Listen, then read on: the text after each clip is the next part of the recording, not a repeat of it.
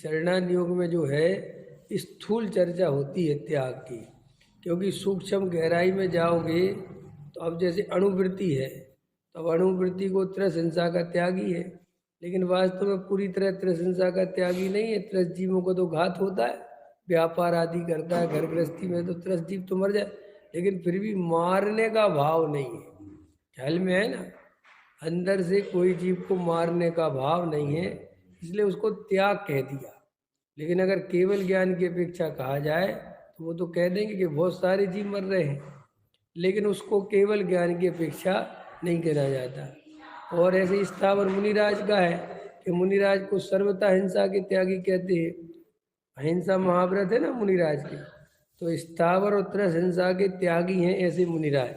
तो स्थावर जीवों की भी पूर्णतः त्याग मुनिराज के हो नहीं सकता, क्योंकि जब गमनादि करेंगे तो एक इंद्रिय आदि जीव तो मरते हैं, और कदाचित त्रस जीव भी मर जाते हैं, क्योंकि वे भी आंखों से दिखाई नहीं देते, इसलिए हिंसा तो होती है, लेकिन फिर भी हिंसा का पाप नहीं लगता, क्योंकि अभिप्राय में भी हिंसा करने का भाव नहीं है, परिणाम में भी भाव नहीं है, और अपनी तरफ से पूरी सावधानी रखते हैं। समझ में आया? समझ गया? सावधानी मैंने कोई ऐसा कहे कि साहब ऐसे तो हमारा भी मारने का अभिप्राय नहीं है ना, और हमारा भी परिणाम किसी को मारने का, तो हमें भी व्रत हो गया क्या? कि नहीं, तुम्हारे सावधानी नहीं है ना, इसलिए तुम्हारे व्रत नहीं माना जाएगा।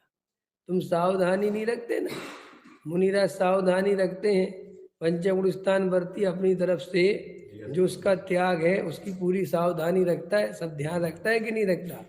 नहीं समझे है? जैसे अब मान के चलो अष्टमी चतुर्दशी का हम ध्यान रखते हैं कि आज चतुर्दशी है जी, आज अष्टमी है जी, आज हरी नहीं लेना, कि आज बाजार का नहीं लेना, या आज कोई कार्यक्रम नहीं करना, ठीक है कि नहीं? तुमने अपनी तरफ से सावधानी रखी, वहाँ की जो हिंसा है तो वो तो हो गई, होनी है। तो तुम्हारी सावधानी इस बात की बात है कि हाँ तुमने उसका पालन किया, और तुमने सावधानी नहीं रखी, न चतुर्दशी न अष्टमी, न कुछ न लेना न देना, फिर तुम कहोगे साहब हम घर से ही निकले ही नहीं, हमने तो किसी जीव को कुछ सताया ही नहीं, तो कहते नहीं, तुमने सावधानी अपनी तरफ से नहीं रखी तो वो तो हिंसा का पाप लगता है। समझ में आ गया कि नहीं आया? जैसे मुनिराज हैं, ईर्ष्या समिति पूर्वक चलते हैं, और पैर के नीचे कोई जीव आके मर जाए तो कोई पाप नहीं लगता मुनिराज, लेकिन मुनिराज ईर्ष्या समिति पूर्वक नहीं चले और एक भी जीव नहीं आगे मरे, मैं तो कहने मतलब, तो भी बराबर पाप लगता है। जैन धर्म की बड़ी विशेषता है, क्योंकि मारने बचाने का नाम जैन धर्म नहीं है। जैन धर्म तो आपके अभिप्राय में, आपके कसाय भावों में क्या है उससे चलता है। आपने क्या किया वो हमें नहीं लेना, आपका अभिप्राय वासना देखी जाएगी। जिसका अभिप्राय निर्मल होगा, परिणाम निर्मल होंगे, तो उसके प्रमाद आदि होंगे नहीं। ख्याल में है? तो इसलिए अपन को बिल्कुल विचार विवेक चाहिए। तो चरणान योग की शैली है कि वो जो लोक में पाप है उस पर ध्यान देता है, वो केवल ज्ञान की अपेक्षा सूक्ष्म नहीं जाता, ठीक है ना? केवल ज्ञान के जानने की अपेक्षा असत्य वचन योग 12वें गुण स्थान तक कहा है। देखो कौन से गुण स्थान तक कहा? अदत्त कर्मण परमाणु तद आदि परद्रव का ग्रहण 13वें गुण स्थान पर्यंत कहा है। बोलो, वेद का उदय 9वें गुण स्थान तक कहा, अंतरंग परिग्रह 10वें गुण स्थान, बहिरंग परिग्रह समूषण आदि केवली के भी होता है। लो है, बोलो समझ में आया? क्योंकि उनके ही कर्म के उदय से आया ना वो समूषण, तीर्थंकर प्रकृति के उदय से और उनको राग नहीं है, देखो है बाहर का परिग्रह है, लेकिन उस समूषण के प्रति राग नहीं है। मुनि को केवली के भी होता है, परंतु मुनि को प्रमाद से पाप रूप अभिप्राय नहीं है। और लोक प्रवृत्ति में जिन क्रियाओं द्वारा यह झूठ बोलता है, चोरी करता है, कुशील का सेवन करता है, परिग्रह रखता है इत्यादि नाम पाता है, वे क्रियाएं इनके नहीं है, इसलिए असत्य आदि का इनके त्याग कहा जाता है। ख्याल में है ना? माने वो केवल ज्ञान की सूक्ष्म इकाई से चलोगे तो वो त्याग संभव नहीं है, लेकिन उसके अभिप्राय से और परिणाम से और क्रिया से चलोगे तो वो त्याग संभव है, तो इसलिए उसको त्यागी कहते हैं। तथा जिस प्रकार है अदत्त माने वो शरीर प्रति समय वो परमाणुओं को ग्रहण करता है ना, औदारिक शरीर। अदत्त परमाणु माने जो खुद नहीं लेते लेकिन अपने आप बिना दिए हुए इस शरीर में वो परमाणु को ग्रहण और त्याग चलता रहता है ना। मुनि केवली परमात्मा के प्रति समय अब वे तो नहीं लेते लेकिन वो आता है जाता है। तथा जिस प्रकार मुनि के मूल गुणों में पंच इंद्रियों के विषयों का त्याग कहा है, परंतु इंद्रियों का जानना तो मिटता नहीं है और विषयों में राग देश सर्वथा दूर हुआ हो तो यथाख्याचारित हो जाए, सो हुआ नहीं है।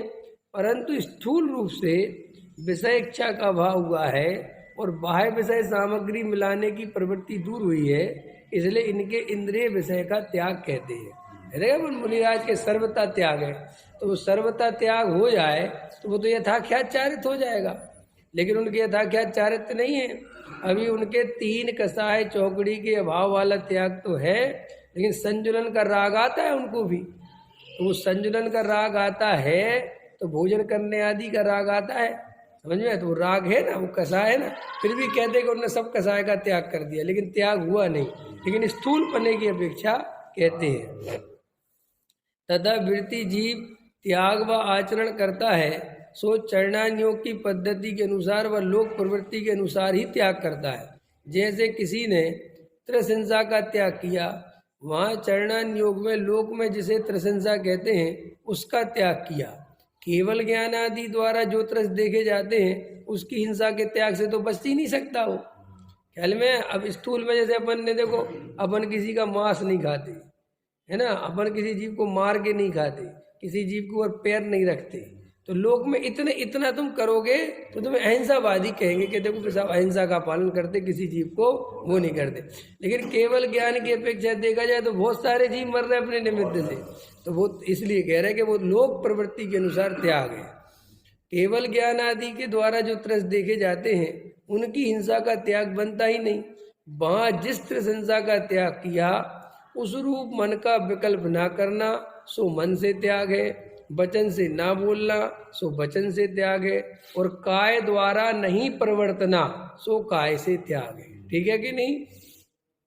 मैंने हरि का त्याग कर दिया, ठीक है, आज अष्टमी है और मैं हरि नहीं खाऊंगा, तो अब मन में भी हरि खाने का भाव नहीं आना चाहिए, ठीक है कि नहीं। और बचनों से भी नहीं बोलना कि भैया हरी तो खा लेते तो मजा आ जाता, ऐसे बचनों आज तो अष्टमी है आज।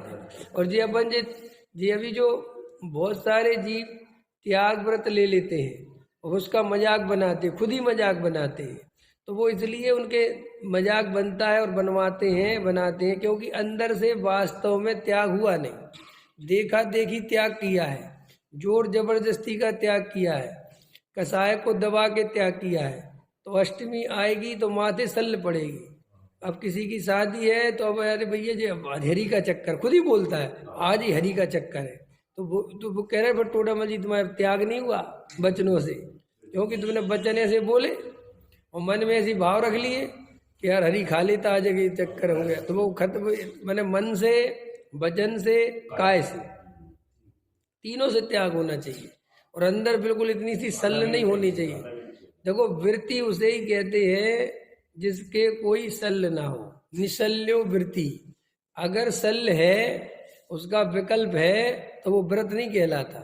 समझ में आया ना। तो अपन को त्याग भी मर्यादित सोच समझ के करना चाहिए और ऊट पटांग नियम नहीं लेने चाहिए। मान के चलो कोई अष्टमी को हरी तो नहीं खाता और बाजार में जाके जमीकंद आदि का सेवन करता है अन्य दिनों में, तो ये तो बहुत उल्टा है। पहले वो त्याग करो, पहले ये क्या उल्टा उल्टा कर रखा है, नहीं समझे। बस वो ज़्यादा हाईलाइट हो गई, हरी हरी हाईलाइट हो गई, तो पता चला भाई साहब बाकी के दिनों में जमीकंद खा लेते हैं और अष्टमी को हरी नहीं खाते। तो अब हल्ला और मचाते सब जगह, आज अष्टमी है, आज अष्टमी है, आज हरी नहीं खाएंगे। और बाद में पता चलो जमीकंद, तो पहले बड़ा पाप छोड़ना, अगर रात्रि भोजन करते हो तो वो छोड़ना, अगर बाजार में खाते तो वो छोड़ना। अष्टमी हरी तो बात की चीज़ है। पता चला होटल पे बैठे और कह रहे हरी मत लियो, ऐसे होते नहीं। अब आजकल बहुत आधुनिक दुनिया आ गई है, ऐसे ऐसे त्याग आ गए कि होटल पे बैठे और उससे कह रहे आज अष्टमी है आज तू ऐसा कर, बिना उसकी दाल बना ला। हाँ है, हाँ होटल पे, और अष्टमी का हरि का त्याग है। तो ऐसे तो बदनामी और होती है। जैन धर्म का स्वरूप ऐसा तो है नहीं। होटल पे खाना बड़ा पाप है हरि खाने के मुकाबले। इससे अच्छे तो तुम अपने फल फ्रूट रख के ले जाओ और बे खा लो। समझ में आया? लेकिन ऐसे बहुत सारे लोग हैं, हरी नहीं खाएंगे वो बाजार की कचौड़ी खा लेंगे। हैं? हाँ हाँ है, ये चरणानी योग चौथा बात। ये तो चरणानी योग माने व्रत लेगा जो, उसी की तो बात चल रही है। चरणानी योग में भेद नहीं। चरणानी योग में है, यही तो समझा रहे हैं कि जे व्रत ले लिए माने अष्टमी छोटे छोटे व्रत, जो लोग एक सामाजिक व्रत, वैसे व्रत नहीं। ऐसे ही व्रत ले लेते ना, व्रत माने कि आज अष्टमी हम जी हरी नहीं खाएंगे, इतना इतना छोटा। तो वो कहते हैं कि व्रत का मन से, वचन से, काय से वो पूरी तरह पालन हो गए तो वो सही माना जाए चरणानी योग में। और अगर वो मन से भंग हो गया, वचन से भंग हो गया, क्रिया से भंग हो गया, तो भंग हो गया। वो अभी आज चौथा गुण स्थान, पांचवा गुण स्थान नहीं चल रहा। अभी तो यहाँ ये चल रहा कि भाई व्रत कैसे लिया, तो व्रत का पालन ऐसे कर, चाहे कोई भी हो। मैं तो कह छोटे छोटा नियम हो, मैं रात में नहीं खाता उदाहरण के लिए। तो अब मेरा भी कोई, मैं पंचगुण स्थान वर्ती नहीं, लेकिन एक जैन परंपरा में अपने स्थूल पाप का त्याग है कि भाई रात्रि भोजन नहीं करना। समझ में आया कि नहीं आया? और जमी कंदादी नहीं खाना, अपन मोक्षु है। अब उसके बाद तुमने त्याग तो कर दिया देखा देखी, लेकिन मन में, वचनों में और काय में उसके प्रति आदर नहीं है, उसकी हंसी मजाक है, अथवा उल्टा नियम है। एक बड़ा नियम ले रखा है और वो एक ऐसा नियम ले रखा है। तो पहले बड़ा पाप छोड़ना। पहले क्या छोड़ना? बड़ा पाप। हाँ घिया का जैसे हमने त्याग करा, हाँ, तो घिया में क्या दोष है? घिया में क्या दोष है? घिया में वनस्पति है ना, वो उसमें जीव थोड़ी है। जीव है, एक इंद्रिय जीव है। हाँ हाँ बराबर। वो तो खुद ही तोड़ के हाँ ले आए वहां से। हाँ, तो उसके अंदर जीव है ना, तोड़ के लाए तो जीव है ना उसमें। अभी भी हरी है ना, वो हरी।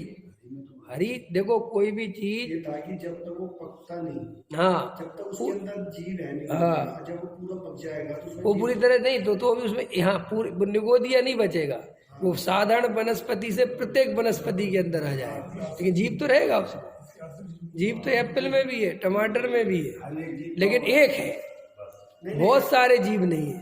निगोदिया हाँ, तो अभी उसको रहता है, वो उतना शरीर है उसका। जब कच्चा रहता है तब वो साधारण वनस्पति है। हाँ उंगली कटने के बाद उसमें जीव थोड़ी रहा। नहीं नहीं, वो ऐसे थोड़ी है कि इतना आत्मा के प्रदेश वाला के जो हाथ कट गया पुल गया, एक तोड़ के लाए हम। हाँ उसके बाद अरे नहीं, उसमें हाँ बराबर है, उसमें भी बहुत नियम है कि देखो पहले जितने भी फल पत्ते वगैरह होते हैं ये सब साधारण वनस्पति होते हैं जब कच्चे होते हैं। कच्चे माने इनके आश्रय से अनंत जीव रहते, उस एक एप्पल के आश्रय से, पूरे पेड़ के आश्रय से नहीं। और फिर जब वो पूरी तरह पक जाता है तो फिर एक बचता है, वो साधारण से प्रत्येक वनस्पति बच जाता है। पत्ते हम खाए, हाँ पत्ते खाए, हाँ वो भी हरी है ना। हाँ, पत्ती जीव है। जब वो टूटने के बाद भी उसमें जीव है। हरी में देखो, इसलिए कैसे पता चले जीव, देखो ही बताते हैं। जैसे ये तोड़ लाते ना धनिया वगैरह, पत्ती वगैरह, फल वगैरह, तो देखो वैसे मुरझाने लगते, जो तो पानी मारते हैं तो पानी मारते तो वापस वो हो जाता है। वो देखा तुमने, वापस हरे हरे दिखने लगते हैं, इसलिए पानी मारते रहते हो उसमें। और तुम बाकी सब चीज जिसमें मारो पानी तो नहीं होगा, तो वो उसमें जीव है। और सर्वज्ञ देव ने देखा है, उनने ऐसा शास्त्र में वर्णन है कि भाई हरि, इसलिए तो हरि का त्याग करवाया। हरि का जो त्याग है कि उस दिन उन जीवों, उन पेड़ पौधों को सबको दुख नहीं होगा हमारी। नहीं नहीं नहीं नहीं, ऐसा नहीं, पेड़ पौधों का क्या दुख है, वो तो हरि है। जैसे तोरी है तो वो हरि है, उसमें भी जीव है, बिल्कुल जीव, एक एक एक एक। और अगर कच्ची है तो बिल्कुल आलू के बराबर है। हाँ, तो अधिकतर तो ये जो अपन हरी वगैरह खाते हैं ये अधिकतर जमीकंद की कोटि में चली जाती है, लेकिन अब उतना त्याग तो नहीं कर सकते। तो जमीकंद आदि का तो प्रत्यक्ष त्याग है, लेकिन इनमें क्या होता है, जैसे अपन जो तोरी लाते हैं, घिया लाते हैं, तो जो तोरी अपन छोटी छोटी लाते हैं ना, कच्ची कच्ची, कच्ची माने वो साधारण वनस्पति है, और वो पकी हुई वनस्पति तुमसे खाई नहीं जाएगी, वो कड़वी लगेगी। ये खीरा होते क्या होते, क्या तुम्हारे घिया, घिया देखो तुम छोटे छोटे लाते हो, उसमें वो छोटा छोटा वो तंत्र सा दिखता ना, वो रेसा रुआ, वो इस बात की निशानी है कि ये अभी बिल्कुल पूरी तरह साधारण वनस्पति है। ख्याल में है ना? फिर तो वो जो नारियल पानी पी रहे हैं, हाँ हाँ, वो भी हरी है। हरी नहीं, पानी भी वो नारियल पका का है। हाँ बिल्कुल, तो कह तो रहा हूँ हरी है। साधारण वनस्पति है साधारण नारियल साधारण वनस्पति में नहीं आएगा, नारियल नहीं आएगा। पानी भी तो नारियल नहीं नहीं नहीं, नारियल नहीं आएगा ना। अब देखो ऐसे नहीं, ऐसे नहीं, ऐसे नहीं, ऐसे नहीं, ऐसे नहीं, ऐसे नहीं, नारियल का नहीं है, नारियल नहीं आएगा साधारण वनस्पति में, क्योंकि वो आते ही नहीं साधारण वनस्पति में। उसकी वो कुछ पदार्थ आते हैं, कुछ नहीं आते हैं। तो अब नारियल आता है कि नहीं आता, शास्त्रों में नारियल का, देखो भाई इन बातों में सिर्फ सर्वज्ञ देव का आगम ही प्रमाणित है, हमारा तुम्हारा ज्ञान प्रमाणित नहीं है। मैंने कह दूं कि नारियल है, नहीं, वो तो आगम में आया हो तो फिर माना जाएगा, लेकिन घिया तोरी का आया है तो उसे माना जा रहा है, बस सीधी सी बात है। हमारे पास कोई ऐसा यंत्र नहीं है कि हम तुम्हें बता दें कि साहब ये जो है साधारण ये प्रतीक है सर, लेकिन उसमें जिस तरीके से वर्णन किया गया है, जैसे उसमें लिखा है कि साधारण वनस्पति की क्या पहचान, कि वो घिया तोड़ो, ऐसा लिखा है, सब समझ में आया, और उसमें बराबर टूटे, है ना, तो साधारण और भंग करके टूटे तो वो प्रतीक। ऐसा अब नारियल का तो नहीं आया ऐसा कुछ भी, तो अपन अभी नारियल के बारे में तो चर्चा नहीं कर सकते, लेकिन हाँ उसका आया। तो बात इतनी सी है कि भाई अपन सूक्ष्मता में जाएंगे, समझो, अच्छा है, सूक्ष्मता में जाएंगे तो बहुत कुछ त्याग करना पड़ेगा। इसलिए यहाँ लिखा टोडामल जी ने कि स्थूल पने चलेगा, कि सूक्ष्म अपेक्षा नहीं चलेगा। तुम केवल ज्ञान की अपेक्षा त्याग मत करना, वरना कुछ कर ही नहीं पाओगे, क्योंकि केवल ज्ञानी ने तो वहां जीव बताए तुम जहाँ सोच भी नहीं सकते। नहीं समझ में आया? अरे अपन किस किस का, अनंत निगोदिया जीव तो अपने शरीर के आश्रय से रहते हैं। अपन जो नहाते धोते हैं रोज मरते हैं जीव, समझ में आया? स्थूल माने मोटी बात, सूक्ष्म माने बारीक बात, समझ में आया ना? तो केवल ज्ञानी तो वो सूक्ष्म जानते हैं, केवल ज्ञानी परमात्मा तो अभी यहाँ अनंत जीव हैं, अनंत, हमें एक भी नहीं दिख रहा, और उनके केवल ज्ञान में यहाँ अनंत निगोदिया जीव दिख। मैं बोल रहा हूँ, मेरी जो सांस निकल रही है, मेरी जो वर्गणा निकल रही है, इसमें अनंत जीव का घात हो रहा है, और वो हमें तो एक भी जीव का घात होते ही नहीं दिख रहा, लेकिन सर्वज्ञ देव को दिख रहा। तो अब बोलने का तो त्याग नहीं कर सकते अभी इस भूमिका में। तो अभी जिस भूमिका में जो संभव है, तो चरणान योग की शैली ये है कि तुम ये देखते जाओ कि तुम क्या क्या त्याग कर सकते हो, किसके बिना शांति से रह सकते हो, तो वो त्याग कर दो। कि क्यों? कि भाई चरणान योग की शैली बोल रहा हूं मैं। ये चरणान योग का उपदेश ऐसा है कि जितना बन सके बढ़िया से बढ़िया जीवन, उत्कृष्ट जीवन, त्याग व्रत का जीवन जीना चाहिए, भोगियों का जीवन नहीं जीना चाहिए।